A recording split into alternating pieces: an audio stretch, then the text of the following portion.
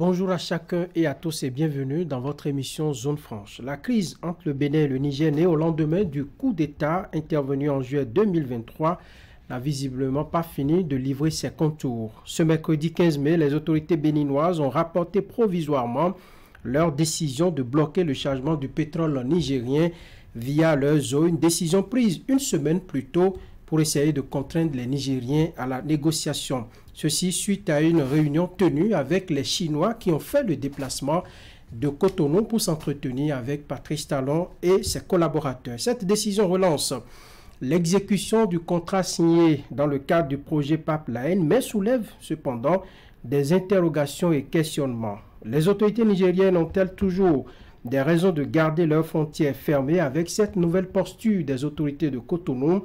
À quoi doit-on s'attendre avec cette levée de l'embargo sur le chargement du pétrole nigérien?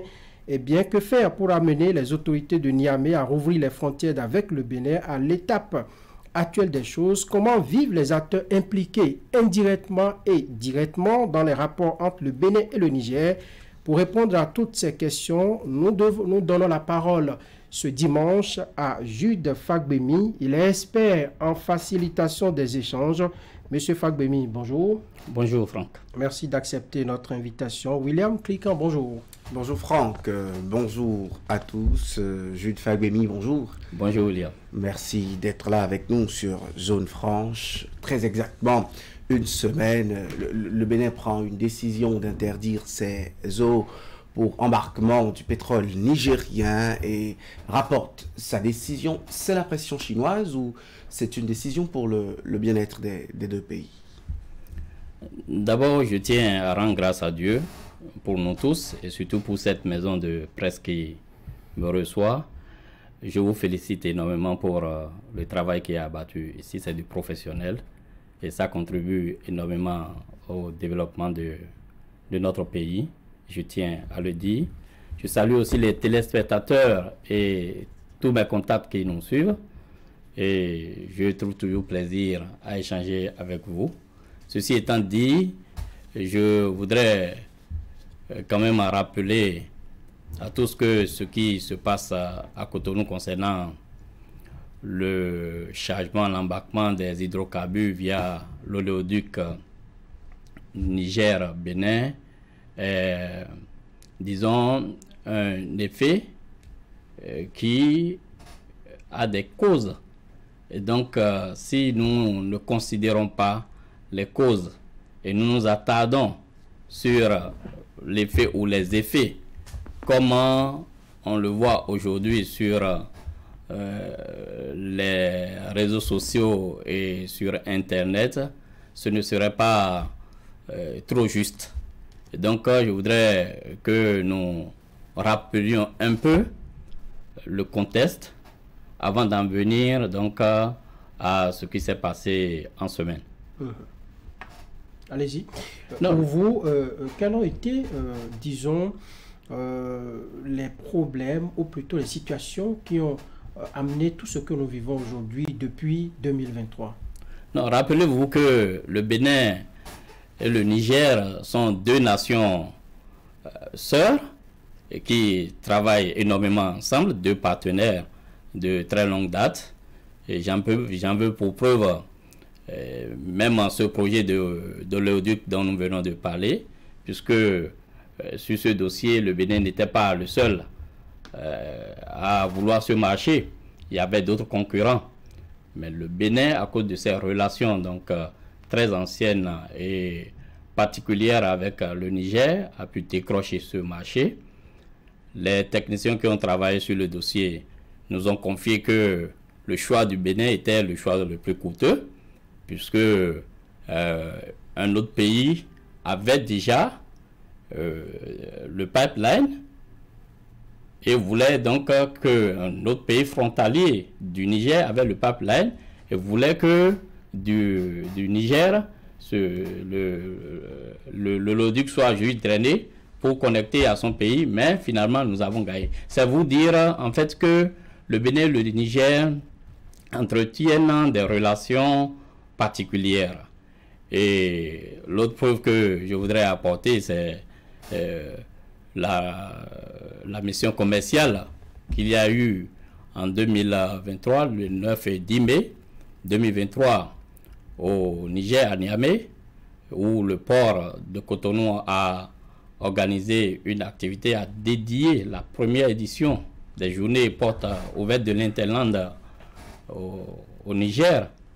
Une forte délégation des opérateurs économiques et des acteurs portuaires clés était à Niamey. Je faisais partie de la délégation pour remercier les Nigériens pour leur fidélité et pour aussi présenter les investissements qui sont en train d'être faits pour que le Bénin soit de plus en plus attrayant pour les opérateurs économiques nigériens.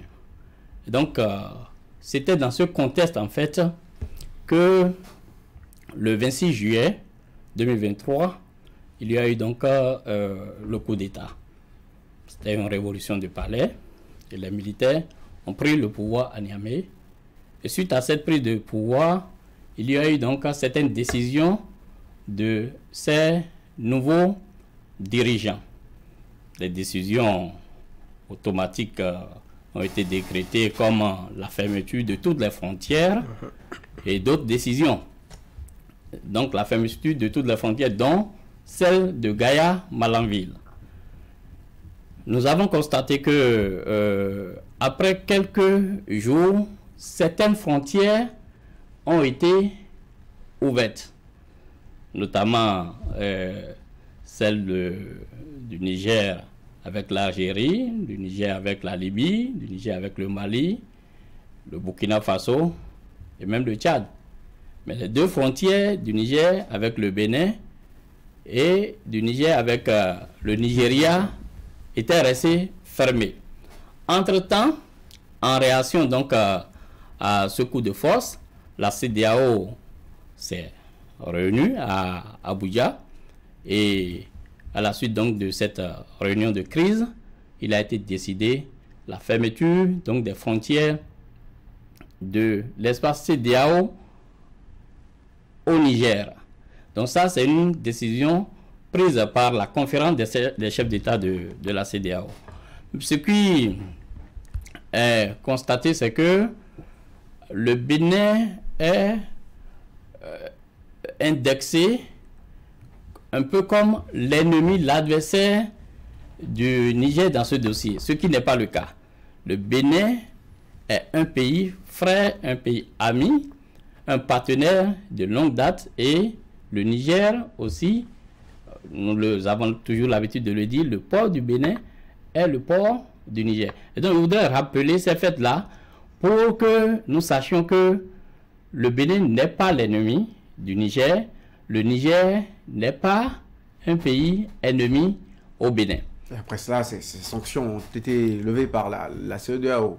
Les sanctions ont été levées par la CEDEAO, mais le paradoxe, c'est que les sanctions, j'allais dire, les frontières du Nigeria, après, ont été levées par le Niger, le blocus donc des frontières du Nigeria, j'allais dire nigéro-nigérienne, a été levée, mais la frontière du Bénin et du Niger, c'est-à-dire celle de Gaya-Malanville, est restée donc fermée du fait des autorités nigériennes. Et donc cela n'est plus un secret pour personne, mais cela nous interpelle pour que nous cherchions à comprendre pourquoi. Puisque cela crée de graves préjudices aux populations, aux Nigériens comme aux Béninois. Et voilà pourquoi nous sommes là pour apporter notre contribution pour un dégel de la situation. Oui, William le disait tout à l'heure, il y a eu une succession d'événements et après tout cette chronologie que vous avez présentée. Aujourd'hui, nous sommes dans un contexte où l'État béninois a pris une décision pour essayer de contraindre les autorités nigériennes à venir discuter pour qu'on puisse relancer, réchauffer les relations. Mais une semaine après, cette décision a été levée provisoirement. Je veux parler du blocage du chargement du pétrole nigérien via le Bénin. Mais cette décision, pour vous, quelle est sa portée? C'est une bonne décision. Nous avons gardé en tant que coopérateur économique, je rappelle que je suis aussi acteur portuaire, je suis commissionnaire agréé en douane et j'ai des contacts au Niger. Et nous avons gardé donc les contacts avec nos partenaires nigériens et nous échangeons. Et lors de ces échanges, nous essayons de réfléchir, de partager les idées pour la sortie de crise. Et donc, les amis du Niger estiment que le Bénin devrait donc jouer la carte de l'apaisement tout le temps, donc jusqu'à ce que les autorités du Niger puissent donc prendre la bonne décision d'ouvrir les frontières. Alors, nous avons signalé à ces partenaires de considérer la décision qui a été prise à Cotonou comme un cri de détresse et non une offense. Puisqu'il fallait, disons, créer l'incident pour amener le partenaire à réagir. Nous avons entendu, le chef de l'État l'a déclaré, des actions ont été menées vers le partenaire nigérien qui n'a pas réagi. Mais nous sommes heureux donc de constater qu'après cet incident, le partenaire chinois, qui est un partenaire des deux pays, des deux États, a réagi. Est-ce que ce n'est pas le Bénin qui a fléchi? Parce que c'est le Bénin qui a pris cette décision. Ensuite, le même Bénin, une semaine après, se ravise, dois-je dire, ou rapporte légèrement, ou du moins provisoirement, sa décision. Est-ce que ce n'est pas la très grande souveraineté dont nous nous targuons que nous fléchissons quelque peu? Ce n'est pas une affaire de fléchir ou non, c'est une affaire d'être flexible et d'ouvrir en fait le champ pour d'éventuelles conciliabules, au fin donc de satisfaire les populations. Et donc c'est de ça il s'agit. Voyez-vous, aujourd'hui, il y a beaucoup de situations à régler avec le Niger, du fait donc de la crise. Et en son temps, certainement, les griefs que les Nigériens ont contre le Bénin seront mis sur la table, et vice-versa. Mais au moins, celui donc du blocus, de l'embarquement donc des hydrocarbures ne sera plus donc d'actualité. Et donc c'est un problème de moins pour nous, et aussi c'est un signe très très fort pour montrer donc aux partenaires que nous ne sommes pas dans une logique de bras de fer, mais nous sommes dans une logique donc de dialogue. Et je trouve cela très très positif. Le Bénin a pris cette décision-là pour éviter, disons, griffe, un déluge qui était en perspective? Non, on ne va pas parler en termes de déluge. Le Bénin est un État souverain, mais un État responsable aussi. Au port de Cotonou, par exemple, il y a un investissement de plus de 600 milliards qui est en train d'être fait. Et ce n'est pas pour le marché de Cotonou qui fait moins de 15 millions donc, de consommateurs. Tout cet investissement, c'est pour la sous-région. C'est pour le Niger, c'est pour le Burkina, c'est pour le Mali, c'est pour le Nigeria et autres. Et donc, voyez-vous, nous devons donc adopter une posture donc d'ouverture à tous nos partenaires. Et c'est en cela que je salue cette décision donc de flexibilité pour amener le partenaire à comprendre que nous avons besoin l'un de l'autre. L'atmosphère qu'il y avait avant le coup d'État, nous souhaiterions que cette atmosphère règne pour que les affaires continuent, pour que la collaboration, la franche collaboration donc entre États continue, disons, pour le bonheur de nos populations. Le ton est demeuré sévère côté Niamey après les explications de Patrice Talon à la suite de cette décision. On n'a pas vu un Niger flexible ou conciliant dans ses positions, mais le partenaire aide le Bénin à devenir flexible. Est-ce que le Niger ne joue pas finalement l'indifférent et son indifférence n'est-elle pas en train de payer? Le problème dans la relation entre le Niger et le Bénin, ce sont les récupérations politiques et géopolitiques, les récupérations et les intoxications, même des gens qui ont des intérêts personnels inavoués. Et c'est cela que nous voulons corriger en acceptant donc faire notre contribution pour dire les faits qui sont avérés. Depuis le début donc de la crise, le Bénin est resté donc dans sa position d'accompagner la population du Niger. Et donc la réaction des nouvelles autorités, je vais aller dire des nouvelles autorités du Niger, on peut la comprendre dans ce sens que il y a beaucoup d'intoxication, il y a aussi donc une volonté de faire plaisir à certains groupes de pression qui sont j'allais dire des pêcheurs en eau trouble, qui ont intérêt à ce que les deux États, à ce que ça ne marche pas entre les deux pays. Et donc c'est ça que nous devons comprendre. Nous devons rester donc dans notre posture donc de flexibilité et de considérer le Niger comme un bon partenaire pour le Bénin, ce que les autorités béninoises ont fait jusqu'à présent. Pour preuve, je ne suis pas ici pour parler donc au nom des associations dans lesquelles je milite, ni au nom des groupes de travail auxquels je participe dans l'accompagnement des Nigériens, j'allais dire des importateurs nigériens, donc dans cette crise. Beaucoup de choses sont faites au Bénin pour alléger en fait la souffrance des Nigériens dans cette crise. Et régulièrement, il y a des réunions pour réfléchir à ce que les structures qui interviennent dans le commerce transfrontalier, les structures d'accompagnement donc des opérateurs économiques nigériens peuvent faire pour que le panier de la ménagère à Niamey finalement soit moins amer. Donc, si nous avons le temps, je vais exposer quelques mesures qui ont été prises.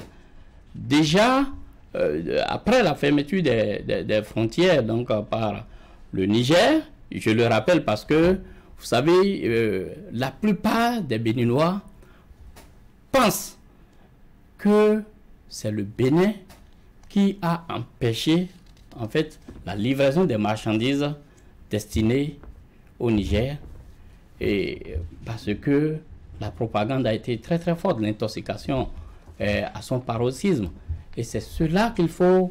Qu'est-ce qu'il s'est réellement passé? Non, nous avons commencé par le dire. Ce qui s'est passé, c'est qu'il y a eu donc une révolution de palais, un coup de force à Niamey. Les nouvelles autorités ont décidé de fermer les frontières. Après quelques jours, le 1er août, ces mêmes autorités ont décidé de l'ouverture de certaines frontières et elles ont laissé les frontières du Bénin et du Nigeria. Le Bénin a sollicité, après l'ouverture d'un couloir humanitaire, rappelons-le nous, d'un couloir humanitaire pour livrer des vivres et des médicaments aux populations de Niamey, de Zender, de Difa, de Tawa et autres, à nos frères qui étaient là-bas, qui sont là-bas. Mais les autorités nigériennes n'ont pas accepté. Donc, une trentaine de camions étaient bloqués donc au niveau de la frontière. Et là, nous, au niveau donc des structures et opérateurs économiques opérant sur le corridor, le commerce transfrontalier avec le Niger, nous nous sommes réunis et nous avons réfléchi à comment accompagner les Nigériens dans cette situation. Et c'est dans ces réflexions qu'il a été décidé donc d'autoriser la sortie des marchandises par d'autres corridors, des corridors qui n'étaient pas exploités avant cette crise. Et donc spécialement, ces autorisations ont été données par l'administration douanière béninoise. Les pénalités qui étaient appliquées sur les rectifications apportées donc aux déclarations, toutes ces pénalités ont été levées. Même le port a supprimé les pénalités de séjour prolongé des marchandises au port de Cotonou. Ce sont des actions un peu trop tard, non? C'était un peu trop tard, non? Non, ce n'est pas des actions. Parce que les autorités nigériennes ont estimé que vous ne pouvez pas nous chicoter. Je veux parler des décisions prises par la CEDEAO. Et on a vu le rôle que le Bénin avait joué, surtout le ton de Patrice Talon qu'on lui a reproché et tout ça. Et donc revenir pour nous faire des concessions, tout ce dont vous parlez, c'était plus trop utile pour les Nigériens. Enfin, c'est ce qu'ils peuvent penser. Le paradoxe, c'est que les Béninois même croient que le Bénin a joué un rôle offensif par rapport donc à cette crise. Alors que lorsque nous analysons les faits, nous voyons qu'il y a eu donc une rupture de l'ordre constitutionnel dans un pays avec un décret donc de fermeture des frontières. Entre-temps, la CEDEAO a pris ses responsabilités. Le président du Bénin n'a été que le porte-parole de la conférence des chefs d'État. C'était tout son péché, non? C'était tout son péché. Bon, on peut reprocher au président du Bénin de faire ce qu'il a fait avec zèle et détermination. Et à part ça, personnellement, je ne vois pas d'autres actes que le Bénin a posés de façon donc à offenser le peuple du Niger. Mais je n'ai pas compris, certainement je l'ai dit tantôt, c'est la propagande, l'intoxication qui a fini donc par convaincre donc la masse et même l'élite que le Bénin est fautif. Pas plus tard qu'hier, je discutais avec un éminent cadre qui m'a dit que le Bénin a fait trop souffrir le peuple nigérien dans cette affaire. Et je lui ai demandé ce que le Bénin a fait. Il n'a pas pu répondre. Je lui ai dit de me citer un seul acte que le Bénin a posé.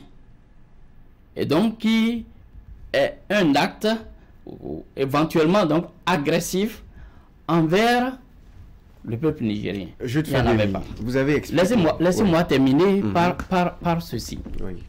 Après cela, mais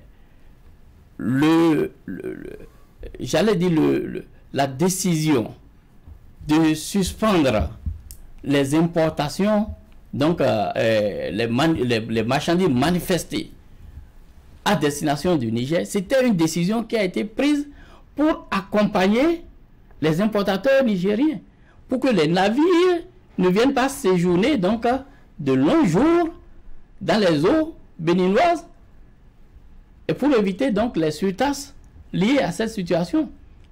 En 2 mois, le port a mis à disposition donc de Bénin Terminal, qui est le manutentionnaire, des espaces qui ont été aménagés avec célérité et qui ont été dotés donc de toutes les infrastructures et tout le logiciel requis pour accueillir d'autres marchandises. Et donc quand cette décision a été prise, 2 mois après, la décision a été levée. Toujours pour accompagner le peuple nigérien. Pendant ce temps, les pénalités de séjour prolongées de marchandises ont été supprimées au niveau de la douane, au niveau du port. Le manutentionnaire Bénin Terminal a accordé 20% de réduction systématique donc sur ces charges. Les conciliateurs et agences maritimes ont promis faire des réductions aussi exorbitantes. Et donc, nous avons fait le nécessaire pour alléger la souffrance au peuple nigérien, mais cela n'a pas été compris. Comment d'ailleurs vous comprenez cela? Vous avez dit dans l'historique brève que vous avez faite qu'il n'y avait que le Bénin et le Nigeria qui avaient toujours leurs frontières fermées du fait des autorités de Niamey. Le Nigeria, lui, a vu sa frontière rouverte quelques temps après la levée des sanctions de la CEDEAO. On a fait toutes ces facilités côté Bénin aux opérateurs économiques, aux importateurs, pour pouvoir alléger leurs peines et leurs souffrances, mais les frontières demeurent fermées. Pour vous, quel est le mobile? Au nom de quoi est-ce qu'on demeure dans cette position? On reste avec une dent dure contre le Bénin dans cette crise, avec une frontière toujours fermée. Bon, nous estimons qu'il y a eu des malcompréhensions. Il y a eu des malcompréhensions et c'est pourquoi il est nécessaire donc de rétablir la vérité. Il est nécessaire de demeurer flexible. Il est nécessaire d'utiliser les grands moyens pour ramener donc les deux camps pour amener, j'allais dire, les deux camps à se comprendre. C'est très très important. Et dans des situations du genre, il faut sortir le grand jeu. Les Nigérians ont une frontière d'environ 1500 km avec le Niger. Et pourtant, le Niger a réouvert donc ses frontières avec le Nigeria. Et donc des actions qui ont été menées là-bas, nous pensons que les mêmes actions doivent être menées ici pour donc amener les autorités. Quelles sont ces actions? La diplomatie a été beaucoup plus offensive. Quelles sont ces actions que vous voyez qui ont fait payer côté Abuja, Niamey? D'abord, la bonne volonté que le Bénin a affichée, donc de collaborer avec Niamey, avec le Niger, ne sont plus à démontrer. J'en veux pour preuve aussi la délégation de haut gradé de la douane nigériane qui est venue à Cotonou. La douane nigérienne. La douane nigérienne, j'allais dire, qui est venue à Cotonou de 3 au 9 mars, si mes souvenirs sont encore bons, dans le cadre du projet Pipeline, malgré que les frontières donc, soient restées fermées. Et donc, le Bénin a accueilli cette délégation qui est une délégation officielle. Et cette délégation est venue séjourner au Bénin et a pu repartir sans donc, incidences et accueil joie. Et nous allons continuer donc d'afficher cette ouverture et cette disponibilité donc à collaborer. Mais aussi, nous allons proposer que les chefs religieux soient mis à contribution. Parce que nous avons constaté que dans le cas du Nigeria, il y a des chefs religieux très très influents et traditionnels au Nigeria, chefs religieux et traditionnels. On va venir aux pistes de solutions tout à l'heure, mais j'ai envie de vous demander, puisque vous avez des contacts au niveau de vos pairs, opérateurs économiques, commissionnaires, tout du côté de Niamey, quel est l'écho que ces décisions qui sont prises ici au Bénin, quel est l'écho que cela a de l'autre côté du Niger? Les opérateurs économiques sont favorables à la reprise donc des relations amicales et commerciales, économiques entre les deux nations. Et donc chaque fois qu'il y a, disons, une information de dégel, ils sont contents. Et donc, tous les opérateurs économiques que j'ai pu avoir ont manifesté donc leur joie de voir donc un début de solution. Et la prière, c'est que les choses continuent donc de s'améliorer. Qu'ont-ils dit de la décision d'interdiction avant la levée provisoire? Non, vous savez, vous avez vu certainement circuler un contrat donc, entre les deux nations concernant ce projet d'oléoduc. Et chacun essaie donc de tirer le drap de son côté, puisque personne ne veut le pire. Et donc, nos partenaires... Ils n'ont pas vu favorablement cette décision d'interdiction. Non, nos partenaires auraient souhaité qu'il n'y ait plus donc d'action de la part du Bénin, d'action donc fâcheuse de la part du Bénin. Puisque mais nous, les positions. Voilà, mais nous pensons que cette décision était un cri de détresse, était un cri d'alarme qui a créé l'incident donc qui a fait descendre le partenaire chinois. Et ce partenaire chinois est déjà donc un éventuel intermédiaire, puisque la Chine est l'ami du Bénin, la Chine est l'ami du Niger, l'ami de mon ami est mon ami, dit-on. Et donc c'est déjà une piste de règlement de la situation. Il fallait créer cet incident. Il fallait faire quelque chose. Il fallait faire quelque chose.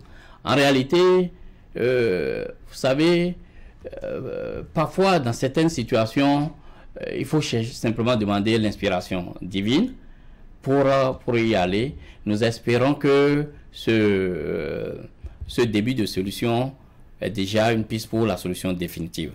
Puisque le partenaire chinois qui est descendu, nous avons suivi la conférence de presse donc, du directeur de la société chinoise et du ministre, de notre ministre. Et donc nous pensons que cela ne va pas s'arrêter là.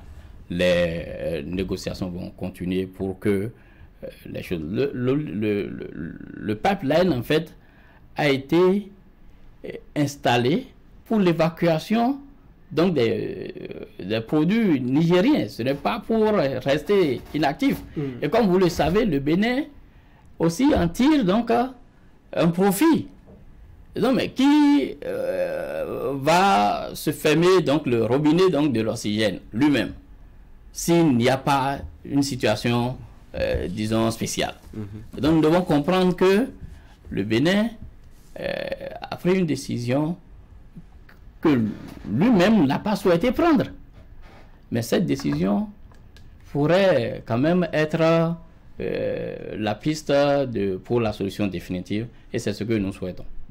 Alors, nous allons parler maintenant, puisque beaucoup disent que c'est le Bénin qui perd dans cette affaire. Des deux côtés, hein, si on doit quantifier ce que nous perdons, puisque vous êtes un acteur de la chaîne économique et même des transports et tout, qu'est-ce que nous perdons, les deux pays, le Niger et le Bénin, à entretenir ce bras de fer? Ce que nous perdons beaucoup. Le Bénin perd beaucoup. Ça, ne nous voilons pas la face. Le Bénin perd beaucoup. Le port de Cotonou est à terre, c'est vrai? Le port de Cotonou n'est pas à terre. Le port de Cotonou fonctionne, disons, au-dessous de sa capacité opérationnelle. C'est ce qui est mauvais. Puisque de lourds investissements ont été consentis afin de répondre aux besoins de nos partenaires dans le Niger. Et donc, si ce partenaire, à cause de cette relation difficile,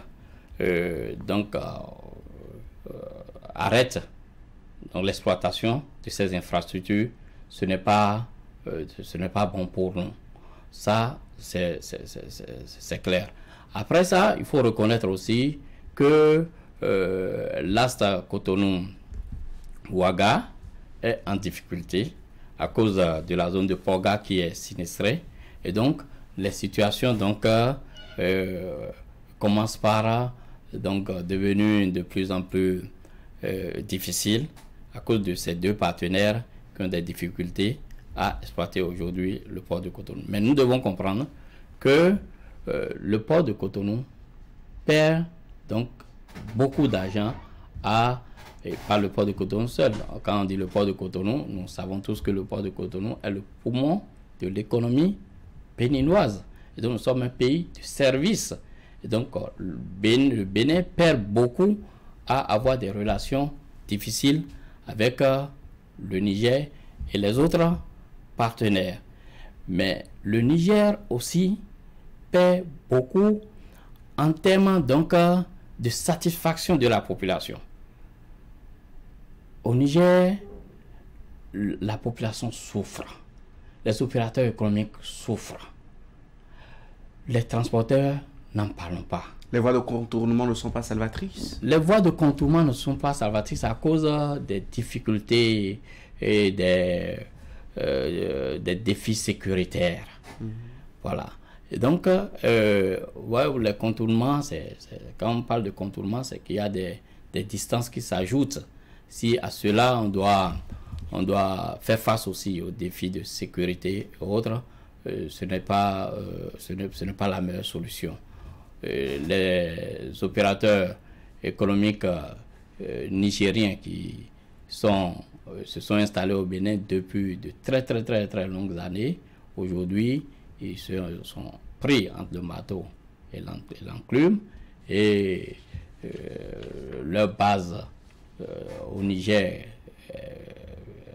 toutes ces bases-là sont vraiment grippées par la situation, et nous pensons que cette situation n'arrange ni le Bénin ni le Niger. Donc c'est peut-être prétentieux, côté nigérien, de bomber le torse, d'avoir trouvé des voies de contournement. Vous avez dit qu'on a dû activer les corridors qui étaient en silence. Ce n'est pas pour autant la panacée. Non, en réalité, ces situations dont je viens de parler tantôt, c'est des pistes, des solutions donc intermédiaires qui avaient été trouvées quand les frontières donc, de la CEDEAO étaient fermées. Et donc, avant même que la CEDEAO n'ouvre ses frontières, ne lève ses sanctions le 24 février 2024, le Niger, les opérateurs économiques nigériens avaient déjà rerouté certaines de leurs cargaisons sur Lomé. Et aujourd'hui, nous comprenons qu'il y a eu beaucoup d'intoxication et beaucoup de contre-vérités. Et dans les esprits, la masse croit que le Bénin a été donc fautif dans la gestion de la crise. Nous comprenons que le porteur d'un message est souvent, disons, attaqué, et on comprend cela. Mais lorsque nous regardons l'évolution chronologique donc, de la situation jusqu'à présent, le Bénin a tout fait pour porter assistance au peuple nigérien dans cette crise. On n'a pas eu le temps de bien communiquer autour de ces mesures, puisque si vous n'en parlez pas maintenant, peut-être que beaucoup ne seraient pas au courant. Pour certains, c'est que au fort moment de la crise, le Bénin a fermé ses frontières, c'est tout. Les populations de l'autre côté, on leur fait croire que c'est cela. Et même, on a eu des mouvements d'humeur pour montrer que, bon, c'est le Bénin qui en veut toujours au Niger dans cette affaire, alors que c'est la CEDEAO qui avait... Est-ce qu'il nous a manqué un peu de communication autour des actions qu'on menait pour, malgré la période de crise, pour essayer d'amoindrir un peu les peines des populations du fait de cette fermeture de frontières? Bon, est-ce qu'on peut dire qu'il nous a manqué de communication? On dira plutôt qu'on n'a pas prévu la récupération, donc faite par certains groupes de pression et certains clubs donc de la situation. Ça n'a pas été prévu.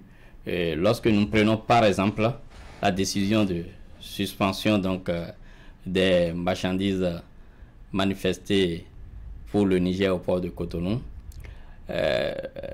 lorsque le manutentionnaire Bénin Terminal était donc full, c'est-à-dire a atteint sa capacité de réception donc des conteneurs, il a été demandé aux agences maritimes lors d'une réunion de crise à laquelle j'ai participé, aux agences maritimes et aux consignataires d'informer leurs chargeurs, donc de ne pas prendre des marchandises à destination du Niger sur le port de Cotonou parce qu'il n'y a pas assez d'espace. Et donc ces agences maritimes ont demandé un courrier et demandé donc qu'une note de service soit prise pour leur permettre donc de relayer l'information auprès de leur chargeur, auprès donc de leur siège. Et c'est cette note qui a été prise. Mais c'est sur le temps d'une interdiction, pas sur le temps d'un débordement de l'expression, d'un débordement d'une détresse. Non, la capacité. Je dois avoir la note avec moi. La note a été prise et a été explicite. La note a bien dit que c'est pour des raisons donc de congestion et pour des raisons opérationnelles. Pendant ce temps, la réflexion continuait donc pour accompagner les opérateurs économiques nigériens. Et je vous le dis, ces réunions, les Nigériens participaient à ces réunions. Et c'est de façon collégiale que ces décisions ont été prises. Mais, paradoxalement, la foule, c'est-à-dire la masse, au Niger, au Bénin, les panafricanistes, tout le monde croit que le Bénin en veut donc aux importateurs nigériens. Ce n'est pas possible. Ce n'est pas possible.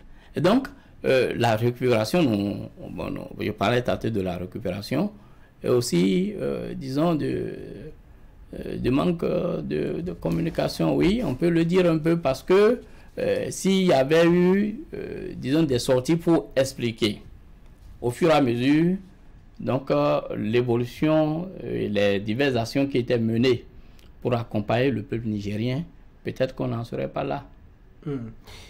Pour le moment, disons que c'est relancé pour le projet Pipeline. Il n'en est pas autant pour l'ouverture des frontières, parce que c'est deux choses maintenant un peu différentes. Mais le Bénin et le Niger évoluent un peu dos à dos, malgré les efforts de Cotonou pour ramener le partenaire, le peuple frère du Niger ou les autorités nigériennes à la table de négociation. Pour vous, pour obtenir l'ouverture des frontières, qu'est-ce qu'il faut faire? Où est-ce sur quel pion il faut toucher? Qu'est-ce qu'il faut bouger pour que maintenant les discussions soient rétablies? Non, je pense que, je le disais tantôt, nous allons nous inspirer d'abord de l'expérience nigériane. Voyez-vous, le Nigeria était donc dans la même posture que le Bénin. Et nous avons constaté, vous le savez très bien, que les frontières donc, du Nigeria ont été ouvertes donc, avec le Niger.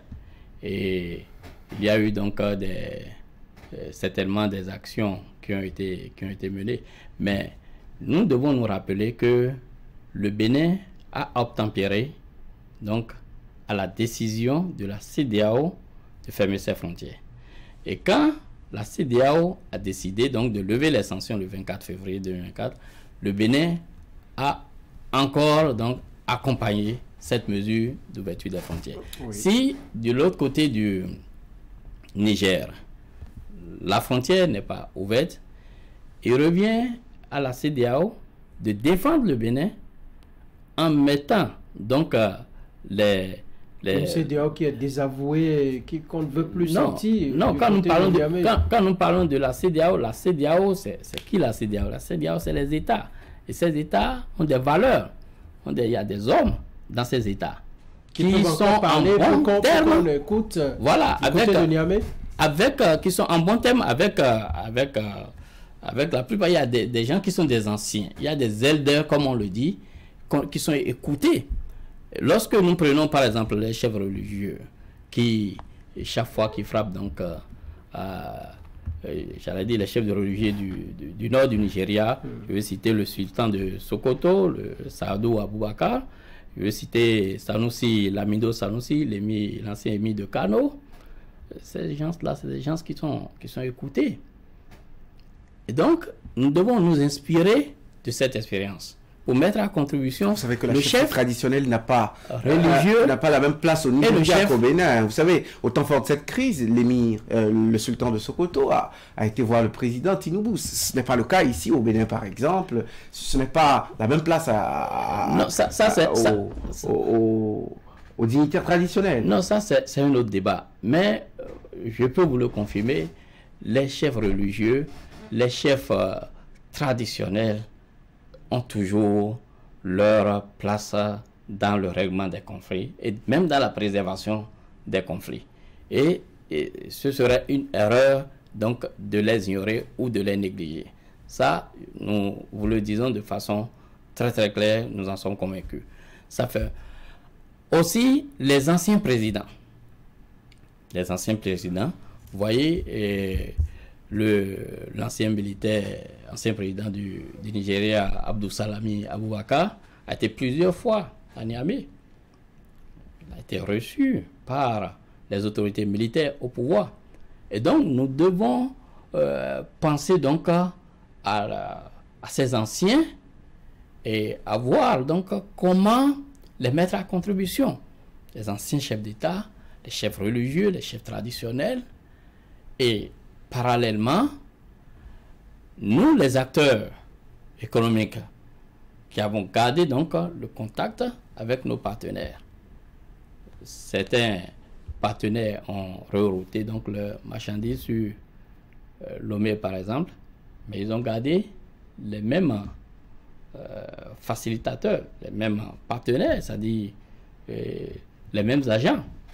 Et donc, nous allons nous organiser et faire le travail technique qu'il faut. Cela me rappelle en 2014, alors que les relations étaient difficiles avec le Niger, notamment à cause de la mise en consommation systématique des marchandises à destination du Niger débarquées au port de Cotonou, et aussi des difficultés concernant la compte forfaitaire spéciale qui était prélevée sur les véhicules d'occasion. Il a été mis sur pied des comités paritaires Bénin-Niger. J'ai travaillé au sein de ces comités. On tenait des réunions alternatives à Niamey et à Cotonou. Et c'est lors de cette rencontre... la frontière n'était pas fermée. Non, à l'époque, la frontière n'était pas fermée, mais je viens de vous dire que du 3 au 9 mars, des officiels, des hauts gradés de la douane nigérienne étaient à Cotonou. Donc la possibilité existe. Donc la possibilité existe de toujours. Et mieux, je vous le dis encore, il y a de cela à peine 2-3 semaines, des opérateurs économiques nigériens étaient à Cotonou. Parce que ils auraient appris que les marchandises en souffrance au port de Cotonou étaient donc ciblées pour être vendues aux enchères. Ce qui est faux. Parce que la douane a décidé, entre autres mesures, la douane a décidé de suspendre la vente aux enchères des marchandises à destination du Niger en souffrance au port de Cotonou. Alors que le code des douanes autorise bien, la douane a considéré, après 120 jours de séjour donc en douane des marchandises, la loi autorise la douane à considérer ces marchandises comme abandonnées et à les vendre aux enchères. Mais exceptionnellement, la douane donc a décidé de préserver ces marchandises pour les importateurs nigériens et les autres à les enlever sans frais. Mais des Nigériens ont appris que ces marchandises-là seraient ciblées pour être vendues et ont débarqué à Cotonou. Nous les avons reçus et nous leur avons démontré qu'il n'en était rien de cela. Et donc c'est vous dire que ceux qui veulent venir à Cotonou arrivent à venir, et lorsque les actions que nous venons donc de proposer au niveau des chefs religieux, au niveau des anciens présidents, seraient donc entreprises pour trouver des voies et moyens donc de règlement de sortie de cette crise. Les chambres de commerce, puisque c'était à l'initiative des chambres de commerce que les comités paritaires Bénin-Niger avaient été installés. Et on tenait une réunion à Cotonou, une réunion à Niamey, et tous les griefs étaient donc déposés sur la table. Tous les griefs que les Béninois ont contre les Nigériens, et tous les griefs que les Nigériens avaient contre les Béninois. Et on faisait un traitement technique de ces griefs au vu donc des tests de chaque pays et des tests communautaires. Et là, vous aviez affaire à des personnes d'une autre posture. Aujourd'hui, ce sont des militaires qui sont là. Est-ce que c'est une tâche facile? Non, les militaires sont là. Vous savez, il y a beaucoup de cadres. Il y a plusieurs cadres de considération. Même au niveau des autorités, au plus haut sommet de l'État, il y a la commission mixte de coopération bénino-nigérienne qui existe.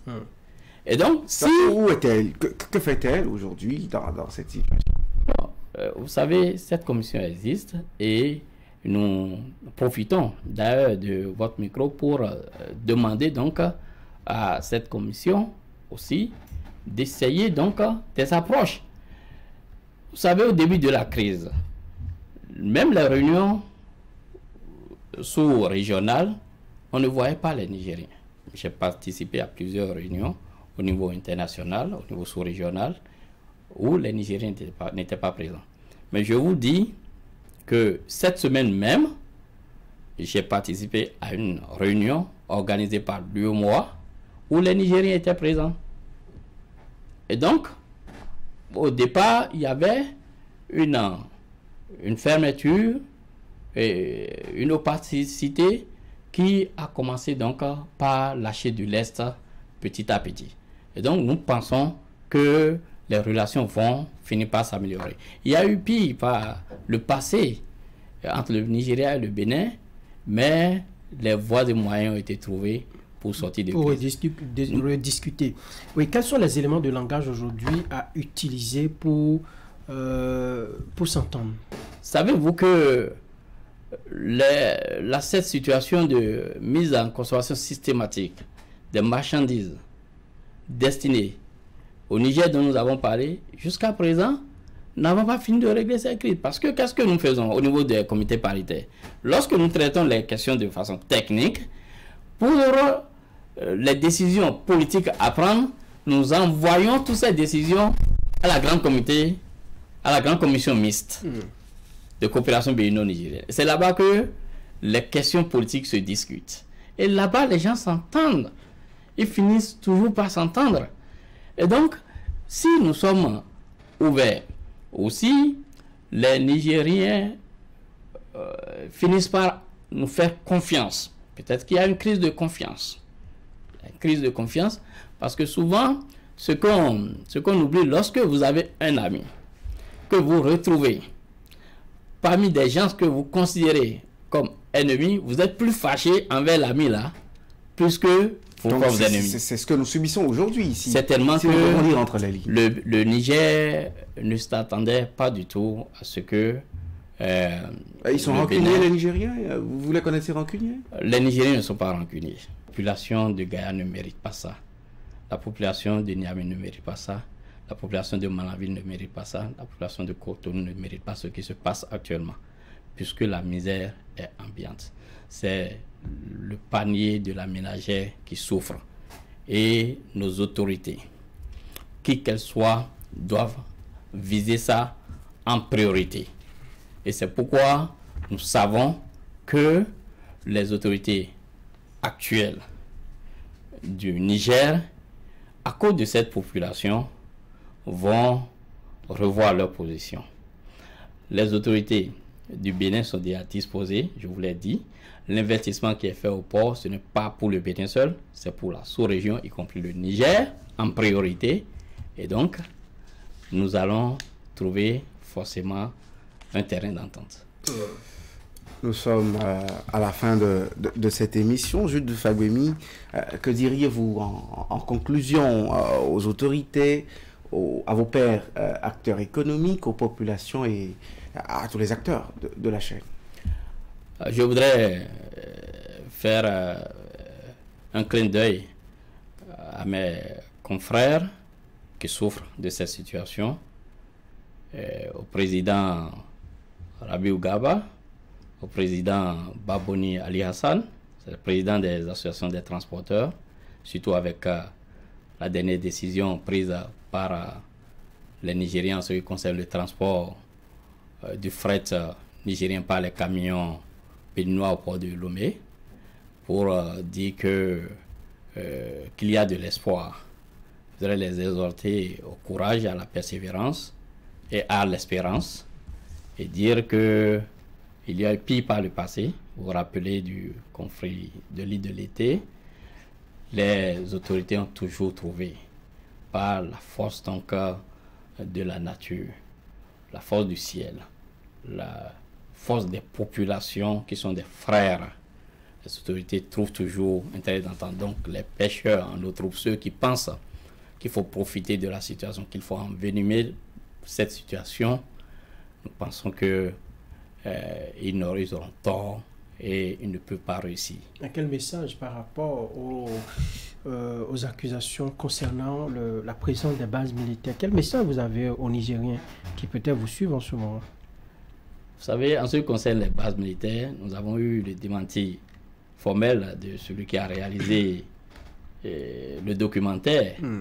Et nous pensons que le Bénin ne peut pas servir de base pour attaquer le Niger. Puisque, à part tout ce que nous disons, nous avons beaucoup de parents au Niger et les Nigériens font des dizaines de milliers au Bénin aussi. Et donc, cette situation donc, de ces populations qui sont devenues donc, tellement, j'allais dire, de la population qui s'est directement entremêlée, de l'intégration donc démographique, ce n'est plus possible que l'un de ces deux pays serve de base arrière donc, pour déstabiliser l'autre. Jude Fagbemi est le nom de notre invité sur Zone Franche ce dimanche. Il est expert en facilitation. Avec lui, nous avons parlé rien que économie et commerce, échanges liés à cette situation de tension entre le Bénin et le Niger. Nous avons décrypté les derniers développements de cette actualité. Merci de nous avoir suivis. Merci à vous aussi, Franck Aoudou. Merci à toute l'équipe de réalisation. On se reprend dimanche prochain.